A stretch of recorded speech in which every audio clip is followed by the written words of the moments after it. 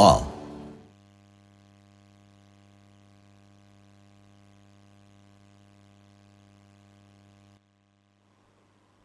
Assalamualaikum warahmatullahi wabarakatuh. Halo rekan UT Aceh semua, selamat berjumpa di podcast UT Aceh Halte 11. Perkenalkan, saya Siti Jamilah, biasa dipanggil Mila. Senang sekali pada kesempatan ini saya akan memandu bincang-bincang tentang Universitas Terbuka dengan tema UT untuk semua. Nah, di studio telah hadir 2 orang narasumber. Kita sapa dulu ya. Ada Ibu Nimi Fauzia dan Rizka Fadilah Haris. Assalamualaikum Ibu Nimi dan Rizka. Alhamdulillah. Gimana kabarnya hari ini? Baik ya Ibu, alhamdulillah. Ibu Nimi dan Rizka, kami sekali lagi terima kasih sudah mau Ibu memenuhi undangan kami sebagai narasumber di episode podcast kita hari ini ya. Mohon izin saya lanjut. Jadi rekan UT semua, di program kali ini kita akan berbincang dengan kedua narasumber cerita bagaimana Rizka sebagai salah satu anak yang istimewa bisa berkuliah di UT. Jadi dengerin sampai selesai karena pasti menarik dan bisa memberi inspirasi buat kita semua. Tapi sebelum lanjut saya mau kasih pantun dulu nih ya biar lebih santai ya Bu ya sama Rizka ya. Tolong dibantu cakepnya. Oke. Burung kedasi tak punya sarang. Kalau bertelur di tempat sembarang.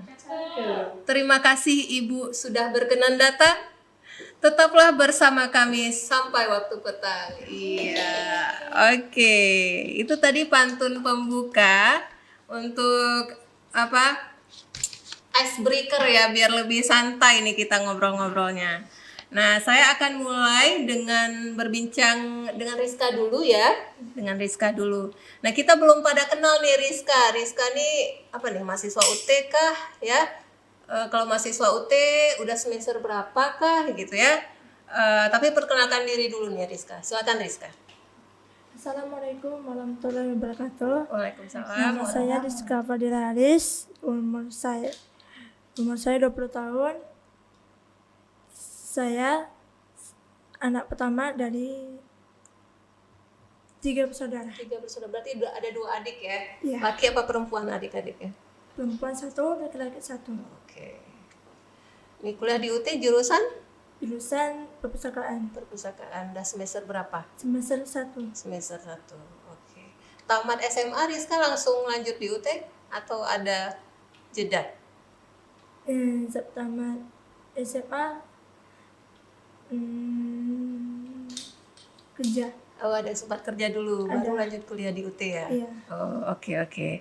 Terima kasih, itu perkenalan singkat dengan Rizka ya.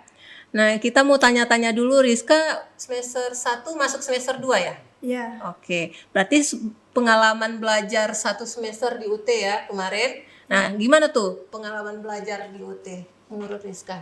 Alhamdulillah nyaman, aman, dan Bisa diikuti pembelajarannya? bisa. Bahan ajarnya bagaimana? Alhamdulillah semua bagus mata pelajarannya.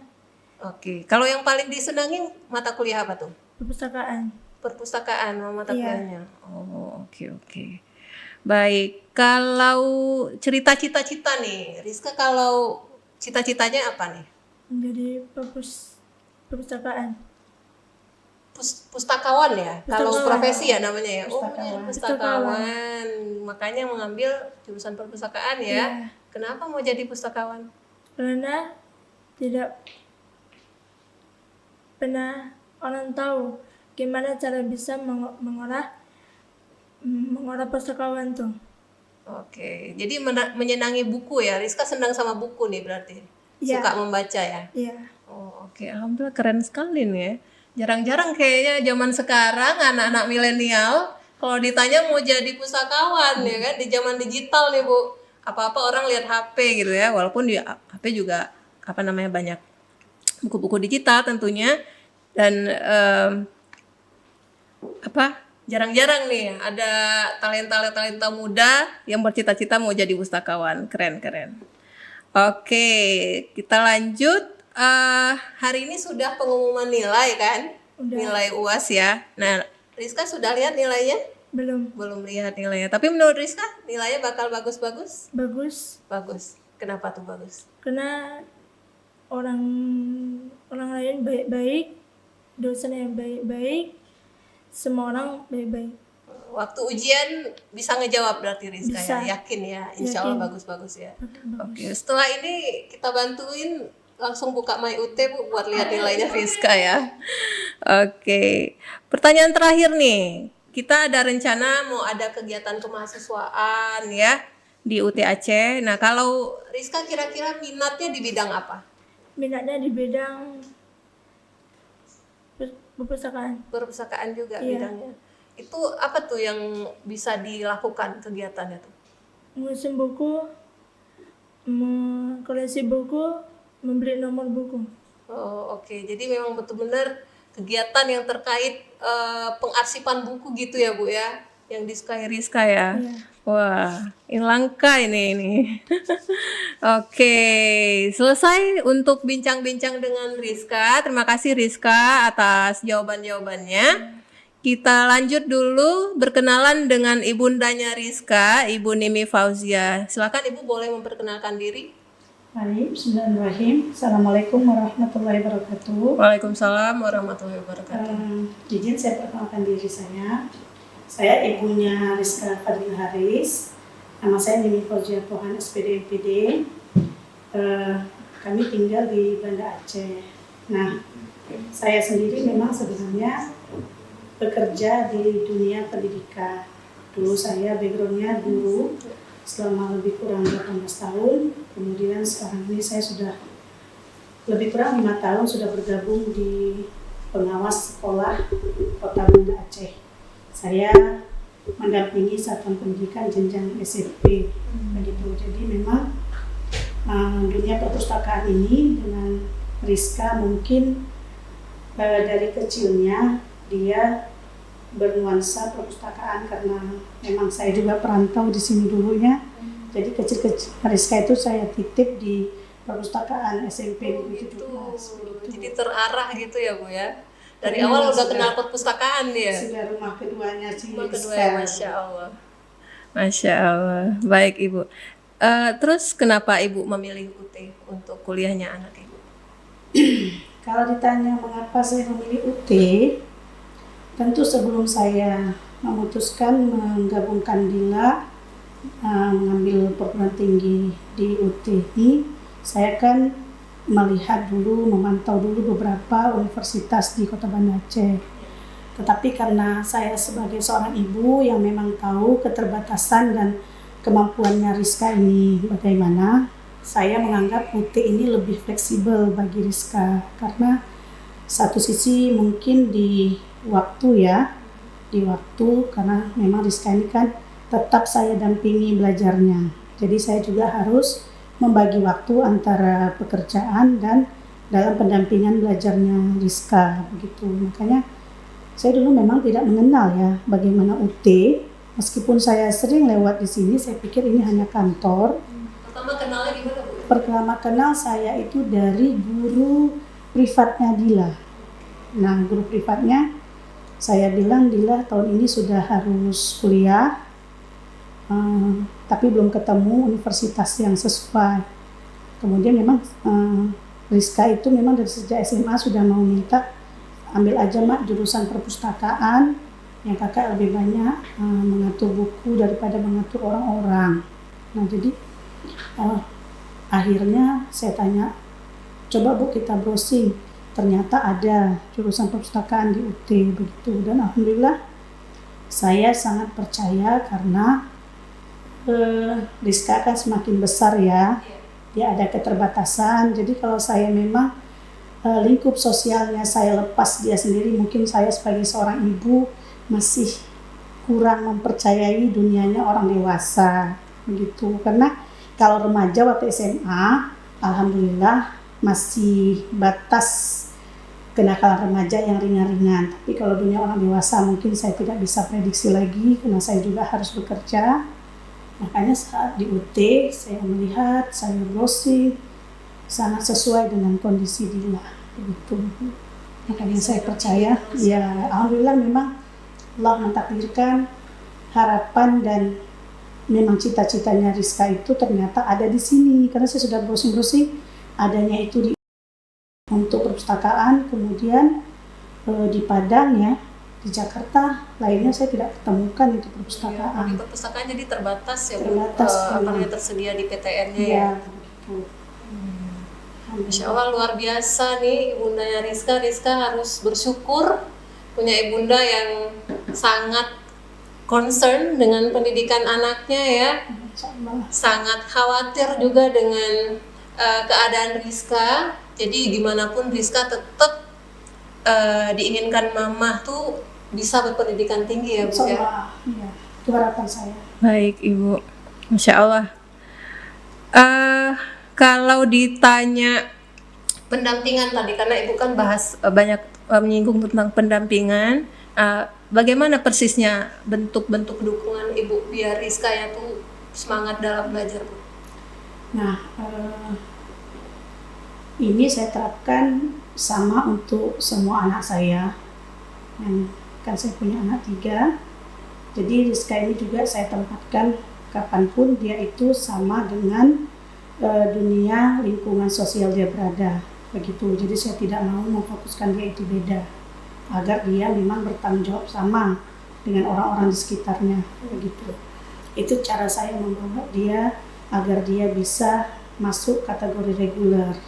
Nah, jadi kalau untuk memotivasi, saya samakan dengan anak-anak saya dan juga dengan siswa-siswa saya misalnya dulu begitu. Saya tetap mengatakan kepada Rizka bahwasanya semua orang tua itu pada anaknya sayang. Kemudian orang tua itu ada batas kemampuan, ada batas kekuatan, dan juga ada batas umur yang untuk bisa mendampingi anak-anak. Suatu saat apabila batas-batas itu sudah terlewati, maka Dila ini akan tinggal sendiri. Jadi itu yang saya sampaikan kepada anak saya, terlebih Rizka. Jadi saya selalu menekankan Rizka ini tidak boleh bergantung kepada orang lain. Itu saya katakan, meski kepada saudara kandung sendiri, tidak boleh bergantung kepada orang lain. Tetapi Rizka boleh meniatkan untuk bisa menolong orang lain. Itu yang saya katakan kepada Rizka selalu, jangan pernah bergantung kepada orang lain, tapi berniatlah untuk bisa menolong orang lain. Itu saja yang saya tanamkan. Kemudian saya katakan kepada Rizka, masih banyak di luar sana orang yang jauh di bawah mereka. Mungkin keterbatasan fisik, tetapi mereka punya prestasi. Kenapa kita yang tidak ada kekurangan fisik, kita tidak bisa juga menempatkan diri kita itu kalau kita itu mandiri. Itu saja yang saya tekankan kepada anak saya. Baik Ibu. Jadi kalau saya bisa simpulkan pendampingannya itu sekaligus pendidikan karakter yang nggak lepas gitu ya. Terus memotivasi gitu ya Bu, agar Rizka nantinya benar-benar bisa mandiri ya. Jadi memang pendidikan sepanjang hayat, pendidikan itu harus dapat membentuk manusia menjadi pribadi yang lebih baik gitu ya Bu ya. Salah satunya adalah kemandirian. Baik, nah untuk sistem perkuliahan di UT sendiri Ibu merasa cocok dengan sistem perkuliahan di UT? Alhamdulillah sudah kami lalui 1 semester ya. Iya. Dan nanti melalui e-learning ya Pak, Tuton ya Rizka? E-learning, Tuton, non tatap muka. Oke. Nah, alhamdulillah harapan kami itu ya, artinya Pak, Allah juga menciptakan segala sesuatu itu memang ada maksud dan tujuan tersendiri begitu. Jujur pertama saya bingung akan bagaimana anak saya dengan harapan-harapan Rizka dan juga harapan saya. Ternyata setelah 1 semester kami lalui sesuai dengan ekspektasi yang kami harapkan gitu. Jadi Rizka ini belajarnya bisa saya dampingi karena kan non tatap muka ya. Saya memang tidak ambil tatap muka, khawatirnya nanti dia terlewatkan begitu. Karena kan itu mengenai kehadiran. Jadi yang non tatap muka, tetapi tetap saya jadikan jadwal belajarnya itu pagi sebelum saya kerja saya sudah ingatkan Rizka, ini materi hari ini baca dulu bukunya. baca dulu sendiri buku-bukunya ini, nanti pulang mama sore baru kita kerjakan tugasnya. Jadi kami itu memang sudah biasa berdua nanti mulai dari sore hingga malam hari browsing sendiri, menelusuri jawaban-jawaban tugas-tugas dari yang diberikan dosen. Tetapi nanti untuk video pembelajarannya itu, tutorialnya itu sudah saya tinggalkan sama Rizka untuk dia menonton sendiri terlebih dahulu begitu. Jadi kalau dibilang meskipun daring, tidak ada yang memandu untuk perkuliahan, akhirnya saya buktikan, mohon maaf ya, bukan kaleng-kaleng juga universitas terbuka begitu, karena sekali kita tertinggal nanti untuk belajar ataupun menyelesaikan tugas, maka kita akan terus tergulung dengan tugas-tugas berikutnya. Betul. Gitu. Karena kan ada 8 kali kesempatan ya untuk menyelesaikan jadi tugas. disiplinnya penting ya Bu? Iya, jadi walaupun dia tidak ada yang memantau, bukan dosen langsung harus hadir di depan kita begitu. Jadi memang kecakapan tanggung jawab seluruh mahasiswa itu berarti terukur jelas. Manajemennya, maka mereka akan terbentuk dengan sendirinya. Begitu bagaimana mengatur waktu dan juga bagaimana mengatur antara belajar dan mungkin ada yang bekerja juga. Begitu juga dengan Rizka begitu. Jadi memang sesuai ya dengan Rizka, karena kan dia masih butuh pendampingan dari saya untuk belajarnya, menjelaskan satu persatu bagaimana materi. Bahkan jujur ternyata modal saya yang sudah S2 dan pengalaman kerja 23 tahun di dunia persekolahan, kami pernah 2 kali mendapatkan nilai 34 ya Rizka untuk mata kuliah jurusan bahkan itu.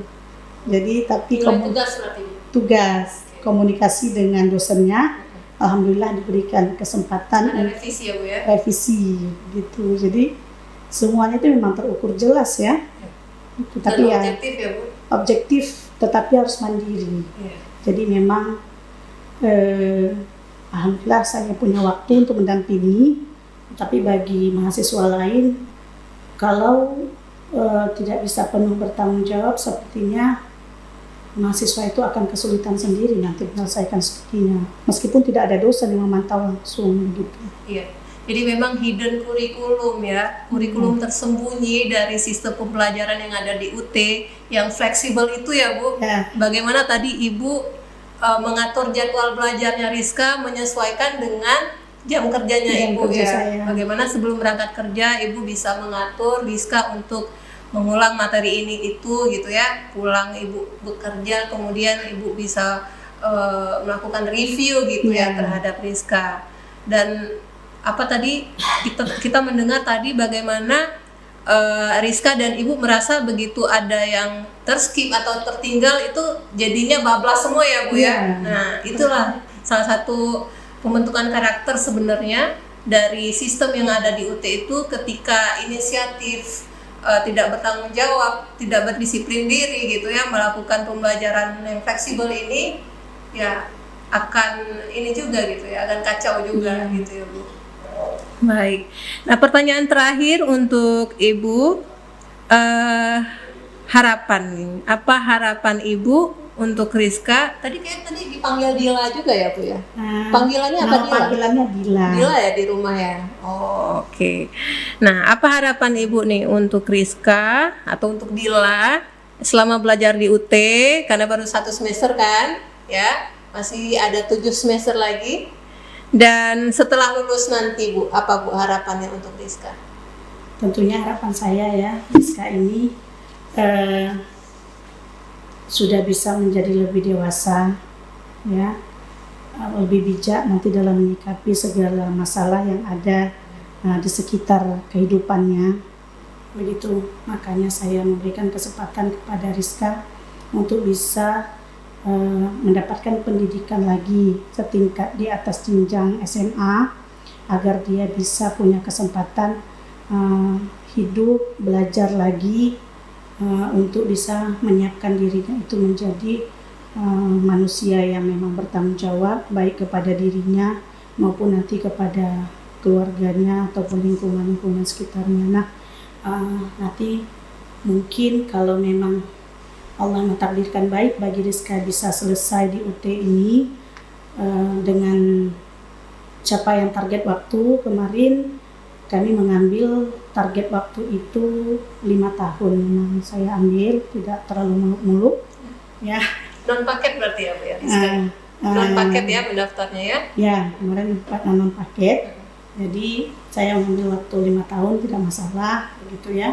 Karena kan dianya yang berkuliah, saya hanya mendampingi. Iya. Kan begitu. Kalau saya sendiri tentunya kan punya target sendiri begitu kan. Speednya mungkin lebih Iya, cepat. makanya saya berikanlah sedikit kelonggaran untuk Rizka, tetapi juga masih kelonggaran yang di batas wajar. Jadi saya bilang Rizka ini tamatkan selama paling maksimal 10 semester berarti. Saya bilang tidak lebih, kita bilang, karena juga nanti ada DO-nya. Saya bilang, jadi Rizka harus bisa. Jadi kalau memang takdirnya baik bisa selesai, alhamdulillah. Berarti Rizka sudah punya kesempatan sama seperti orang-orang memiliki legalitas untuk bisa bergabung di Kota Banda Aceh ini, mungkin di salah satu perpustakaan di Kota Banda Aceh begitu. Atau mungkin saya katakan pada Rizka, saya melihat ilmu perpustakaan ini manajemennya kuat. Saya bilang berarti kalaupun Rizka nanti tidak mau di perpustakaan, Rizka bisa buka toko sendiri. Karena juga ada unsur bagaimana nilai pasar dijual di perpustakaan tersebut, bagaimana perpustakaan itu bisa disukai masyarakat. Itu juga berarti toko Rizka, itu saya ajarkan kepada Rizka. Maka nanti biarlah bagaimana dia nanti yang menentukan di mana pilihannya. Yang penting kesempatan ini diselesaikan dulu untuk kuliahnya. Baik Ibu, terima kasih banyak Ibu untuk jawaban-jawabannya. Tapi tadi cerita DO, tadi Ibu menyinggung DO, saya klarifikasi di UT nggak ada sistem DO. Iya, jadi memang itulah salah satu keunikan gitu ya, se-fleksibel itu, dan ini legal ya, legal oleh pemerintah. Di UT nggak ada sistem DO ya, maka UT itu berani untuk menawarkan program non paket tadi itu. Jadi seperti Rizka ya, non SIPAS, non sistem paket semester, boleh berkuliah sampai semester berapapun, tetapi tetap kita dari awal untuk mahasiswa baru kita sampaikan jangan bercita-cita nggak selesai-selesai. Setiap mahasiswa wajib punya target semester. Contoh kayak Rizka tadi, Ibu sudah mengatur dengan Rizka paling lama 10 semester ya Bu ya. Nah, itu tadi menyesuaikan dengan keadaannya Rizka gitu. Jadi siapapun di luar sana ya, mahasiswa UT sekalian yang mengambil non paket ya, kita selalu mendorong untuk segera menyelesaikan kuliahnya walaupun kita tidak ada sistem DO-nya gitu Bu. Iya. Memang kayak gitu diatur oleh pemerintah, se-fleksibel itu. Iya. Itu yang saya harapkan ya. Karena jujur sebagai manusia kadang-kadang kan saya juga sangat banyak kekurangan gitu ya. Terkadang muncul juga sifat egoisnya. Gila, dulu mama kuliah S1 cuman 3,5 tahun. Saya bilang bisa kumlot 3,75. Jurusan mama jurusan berhitung. Saya bilang saya jurusan akuntansi. Kemudian mama lihat bagaimana repot yang ngurus kalian. Mama ambil S2 cuman 1,5 tahun, mama bisa 4,0. Terkadang bangun juga ego itu. Kalau si Rizka ini saya lihat kadang-kadang ada malesnya juga begitu kan. Itu saya membangun motivasi saja kepada mereka begitu kan. Cuman kadang Rizkanya juga, mama jangan banding-bandingkan, nggak boleh banding-bandingkan. Terus saya istighfar kembali, ya sudahlah. Makanya saya memang dari awal saya beri batasan itu 5 tahun, 10 semester itu kalau menurut saya sudah jauh di batas normal sebenarnya untuk anak-anak muda begitu ya, karena waktu itu tidak bisa dikembalikan. Kalau sudah terbuang ya sudah habis. Kita akan mengejar lagi. Saya katakan setiap tahun orang yang lulus itu banyak, penerimaan pekerjaan makin sedikit. Saya bilang kita nggak dapat ketemu lagi nanti dengan orang di belakang kita, maka kita terus akan kejar-kejaran, saya katakan. Maka secepat mungkin selesai, ya itu pun selagi insya Allah, selagi mama masih ada, mungkin mama bisalah membawa Rizka ke tetap di samping mama, di mana mama berada, Rizka di situ, saya katakan. Amin. Mudah-mudahan semua harapan-harapan ibu bisa tercapai ya Bu ya. Dan Rizka patut bangga nih. Mamanya sudah, mama atau ibu nih panggilnya mama? Mama. Nah, mama sudah ngasih keteladanan yang sangat baik tadi ya.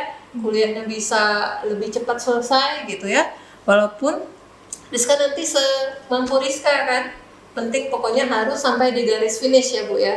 Insya Allah di waktu yang tepat. Insya Allah. Insya Allah. Baik, terima kasih sekali lagi untuk bincang-bincangnya Ibu sama Rizka. Terima kasih. Jadi seperti namanya Universitas Terbuka, UT itu memang didirikan oleh pemerintah untuk semua kalangan dan semua usia. Jadi cukup dengan satu syarat saja, yaitu memiliki ijazah SMA. Sekian dulu bincang-bincang hari ini. Mohon maaf bila ada yang kurang berkenan. Dan saya tutup dengan pantun, mohon dibantu cakepnya. Jalan-jalan ke Taman Sari, Cakep. singgah sebentar membeli kopi. Cakep. Podcast kami sampai di sini. Cakep. Di lain waktu kita sambung kembali. Dari studio podcast UT Aceh kami undur diri. Wassalamualaikum warahmatullahi wabarakatuh.